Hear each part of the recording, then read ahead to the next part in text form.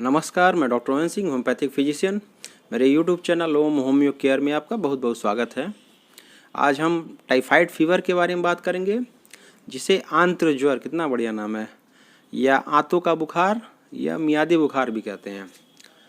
इसके लक्षणों के बारे में, ये कैसे होता है या कैसे फैलता है, और अंत में इसके होम्योपैथिक उपचार के बारे में बात करेंगे।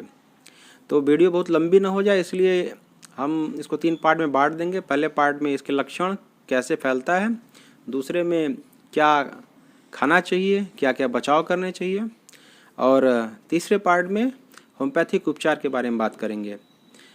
तो चलिए शुरू करते हैं। अगर आप मेरे चैनल पे नए हैं तो प्लीज़ लाइक, सब्सक्राइब और शेयर ज़रूर कर दीजिए। टाइफाइड फीवर एक बैक्टीरियल फीवर है, मतलब कि ये बैक्टीरिया से फैलता है, जिसका नाम है साल्मोनेला टाइफी। यह एक ग्राम निगेटिव मोटाइल बैक्टीरिया होता है। अब ये फैलता कैसे, आप इन्फेक्टेड कैसे हो जाते हैं? तो इसके ट्रांसमिशन का जो रूट है या संचार का जो माध्यम है वो फीकल ओरल रूट होता है। अब ये फीकल ओरल रूट क्या होता है भाई? तो फीकल ओरल रूट जो होता है, फीकल मतलब होता है आपका मल या स्टूल, ओरल मतलब होता है मुंह, मतलब ऐसे समझिए। तो स्टूल कंटेमिनेटेड या जो संदूषित स्टूल है वो जब, या जो सीवेज का पानी है वो कहीं ऐसी जगह मिल जाए जहाँ आपका पीने का पानी हो, तो वो बैक्टीरियाज जो हैं वहाँ पहुँच जाते हैं। तो जो भी आपके खाने पीने की चीज़ें हैं उनको इफ़ेक्ट करते हैं, उनको इन्फेक्ट करते हैं। और अगर वो किसी तरह से आपके खाने पीने की चीज़ों में मिल गए तो फिर आप भी इन्फेक्टेड हो गए। इसीलिए बार बार कहा जाता है कि साफ़ सफाई का बड़ा ध्यान दें। वो कोरोना में ही नहीं, यहाँ भी बहुत काम आएगा, है ना। जैसे अगर आप खाने गए, कुछ रसगुल्ला फुल्की खाने गए, अब हाथ धुले नहीं, गपा गप मार लिए 4-5, है ना, तो हाथ अगर इन्फेक्टेड है कहीं से बाय द वे, तो फिर आप इन्फेक्टेड हो जाएंगे और टाइफाइड घर ले आएंगे, है ना। इसलिए सफाई का बहुत ध्यान रखें। अब देखेंगे कि ये साल्मोनेला टाइफी जो है, ये जब आपके अंदर जाता है तो क्या करता है। ये अंदर जाता है तो ये सीधे आपके स्मॉल इंटेस्टाइन में चला जाता है। स्मॉल इंटेस्टाइन में आपकी जो लिम्फॉइड टिश्यूज होती हैं, जिनको पेयर्स पैचेज या पेयर्स फॉलिकल्स होती हैं, वहाँ पे जाके ये रिसाइड करता है, वहाँ जाके रहता है। वहाँ पे पहले स्वेलिंग काज करता है, फिर वहाँ पे हीलिंग होती है। तो उसके बीच में कभी ये आपका घाव बन जाता है, जो कि कभी कभी ब्लीड भी करने लगता है। इसीलिए आपके टाइफाइड फीवर में जो है ब्लीडिंग होती है, इंटेस्टाइनल ब्लीडिंग होती है जिसको बोलते हैं, और स्टूल के रास्ते जो है आपको ब्लड आता है। और ब्लड थोड़ा डिकम्पोज डार्क कलर का या ब्लैक कलर का भी हो सकता है। बहुत ज़्यादा हैवी ब्लीडिंग होगी तो फ्रेश ब्लड भी आ सकता है। इसलिए ये बहुत ही खतरनाक फीवर माना गया है। ये तो हुआ इसके फैलने और आपकी पैथोलॉजी, यानी कि क्या क्या ये आपके शरीर में करता है। अब आते हैं इसके लक्षणों के ऊपर। तो टाइफाइड फीवर में लक्षण क्या आते हैं? सामान्यतः सारे फीवरों में जैसे लक्षण आते हैं, बुखार होता है। इसमें भी शुरुआत में आपके हेडेक होगा और साथ में बुखार शुरू होगा, लेकिन इसका बुखार बहुत खास तरह का होता है ना।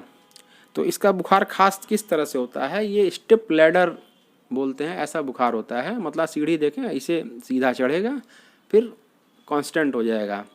मतलब बुखार इसका तेज़ी से आता है और फिर कांस्टेंट बना रहता है। कॉन्टिन्यूस फीवर भी होता है, बराबर बना रहता है। खूब तेज़ बुखार हो जाएगा आदमी को, एकदम ठंडा लगने लगेगा, है ना, कांपने लगेगा आदमी, पूरा शरीर वरीर दर्द करने लगेगा, शरीर दर्द कर रहा है एकदम, है ना। उसके बाद इसमें बहुत मेन चीज़ होती है, इतने बुखार के साथ साथ इसमें इसका खासियत क्या है, उहाई आती है, माने आता रहता है। मतलब इसके कारण क्या है, कमजोरी बहुत होने लगती है वहाँ ना, कि ऑक्सीजन की कमी हो रही है बॉडी में, तो आदमी ज़्यादा ऑक्सीजन लेने के लिए वहाँ आ रहा है ना। कमजोरी बहुत होने लगती है। और जब बुखार आगे बढ़ता है तो उसकी खास चीज़ अब बता रहे हैं आपको। तो बुखार आगे बढ़ता है तो आपको रोज़ स्पॉट देखने को मिलता है। वो कहाँ दिखता है भैया? ये पेट के ऊपर के हिस्से में या पीठ पे इस साइड में दिख जाता है।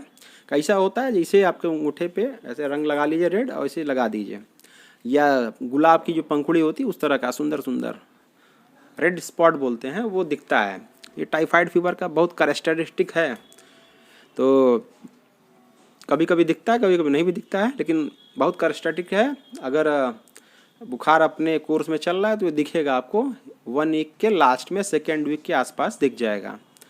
अब ये जो रेड स्पॉट है उसको ऐसे प्रेस करेंगे तो गायब हो जाएगा, फिर से आ जाएगा। अब धीरे धीरे बुखार आगे बढ़ता है तो इसमें और क्या होता है, कॉन्स्टिपेशन होता है, भयंकर कॉन्स्टिपेशन होगा, क्योंकि पेट ही की समस्या है। तो बुखार के साथ साथ कब्ज होगा, लैट्रिन नहीं हो रही, एकदम हार्ड स्टूल होगा, पत्थर की तरह से एकदम परेशान हो जाएगा लैट्रिन करने में। थोड़ा सा आगे और बीमारी बढ़ेगी, 2nd वीक तक जाएगी तो डायरिया शुरू हो जाएगा। डायरिया इतना कि एकदम दौड़े जा रहे हैं, और डायरिया एकदम ऑफेंसिव, एकदम बदबूदार होगा। आंतों में इन्फेक्शन है इसलिए डायरिया में हल्का हल्का ब्लड आ सकता है, डिकम्पोज ब्लैक कलर का आ सकता है, ब्लड आ सकता है। ये सब आगे जैसे बीमारी बढ़ती है 3rd 4th वीक तक ये हो जाता है, अगर आप इलाज सही से नहीं कराते हैं तो। अब सोचिए कितना खतरनाक है, तो सतर्क रहिए एकदम। उसके बाद क्या होता है, इस बुखार का सबसे खतरनाक स्थिति क्या होती है, पेशेंट इतना वीक हो जाता है, इतना वीक हो जाता है कि बिस्तर में पड़ा रहता है, इसे एकदम उठ नहीं पाएगा, बड़बड़ाएगा, डेलेरियम बोलते हैं। ये सबसे इम्पॉर्टेंट होता है, इसको एकदम ध्यान में रखिएगा। लोग जनरली छोड़ देते हैं इस केस को, डेलेरियम को कंसिडर नहीं करते हैं। वो ऐसे सोया रहेगा, बड़बड़ बड़बड़ करेगा, उठाएंगे, बोले बोलेगा, फिर सो जाएगा। तो ये बहुत इंपॉर्टेंट चीज़ होती है, डेलेरियम होगा। ये बुखार जो है, अब फिर इसमें जब आपका आपने ब्लीडिंग बताया ना, तो जैसे 2रे वीक या 3रे वीक तक जो है अगर ब्लीडिंग कहीं हो गया तो बुखार एकदम अचानक से कम हो जाएगा, लगेगा एकदम ठीक हो गया। ठीक नहीं होता और ख़तरनाक हो गया, मतलब अगर ब्लीडिंग भी हो रही है और साथ में फीवर लो हो गया, नॉर्मल हो गया, तो मतलब कि दिक्कत हो रही है। वो ब्लीडिंग के नाते आपका बुखार कम हो जाता है। इसलिए ये समझ के रखिएगा, डॉक्टरों के लिए भी और पेशेंट के लिए भी और मेरे लिए भी जानना ज़रूरी है ये। उसके बाद फिर क्या होता है, अब बुखार अपना कोर्स पूरा कर रहा है, दवाइयाँ होती हैं, धीरे धीरे बुखार रिकवर कर जाता है। अगर नहीं दवाई होती है तो भाई जो बताया गया वो ऐसा होगा। टाइफाइड फीवर के कॉम्प्लिकेशन बहुत इंपॉर्टेंट हैं। इसमें मेलिना हो सकता है, मतलब कि स्टूल के रास्ते ब्लड आ रहा है, इसको मेलिना बोलते हैं। परफोरेशन हो सकता है आंतों का, मतलब आंतों में छेद होना या आंतें फट जाना, इसको बोलते हैं। जॉइंट और बोन पेन हो सकता है, मेनिंजाइटिस हो सकता है, एंडोकार्डाइटिस हो सकता है, कोलिसिस्टाइटिस हो सकता है, या नेफ्राइटिस हो सकता है। अगर आप चाहेंगे तो, अगर कमेंट करते हैं तो मैं इन सब के ऊपर वीडियो बना दूंगा।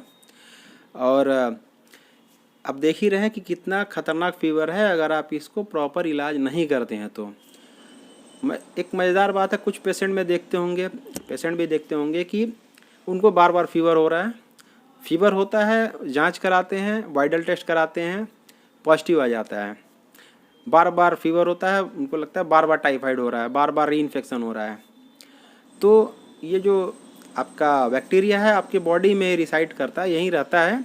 गॉल ब्लैडर में ये घर बना लेता है, कभी कभी महीनों तो कभी सालों तक रहता है, स्टूल के रास्ते पास होता रहता है। तो अगर प्रॉपर इलाज नहीं कराते हैं, जब तक टाइफाइड के सारे सिम्टम फुली रिकवर ना हो जाएं, तब तक ये दिक्कत बनी रह सकती है। इसलिए टाइफाइड को हल्के में बिल्कुल ना लें। हल्का मिलेंगे बुखार तो बड़ी दिक्कत होगी, कॉम्प्लिकेशन इसके आते रहेंगे। उस कॉम्प्लिकेशन, अब मैंने एक बड़ी इंपॉर्टेंट चीज़ छोड़ दी थी, इसका टंग, टाइफाइड का जीभ कैसी दिखती है। इसकी जीभ ऐसी दिखती है जैसे आगे रेड रहेगा और पीछे जो है, और पूरा जीभ जो है लगेगा कि वाइट कलर की कोटिंग है और एकदम लेदर चमड़ा जैसा है, फटा फटा गंदा जीभ दिखता है। ये इंपॉर्टेंट था, मैंने छोड़ दिया था, इसको लास्ट में ऐड कर रहा हूँ।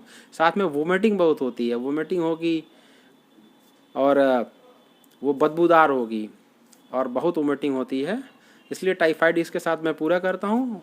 वाइडल टेस्ट एक बहुत इंपॉर्टेंट टेस्ट है इसका। साथ में स्टूल की जांच करा सकते हैं, जिसमें ये माइक्रो ऑर्गेनिज्म जो बैक्टीरिया है ये दिखेगा आपको।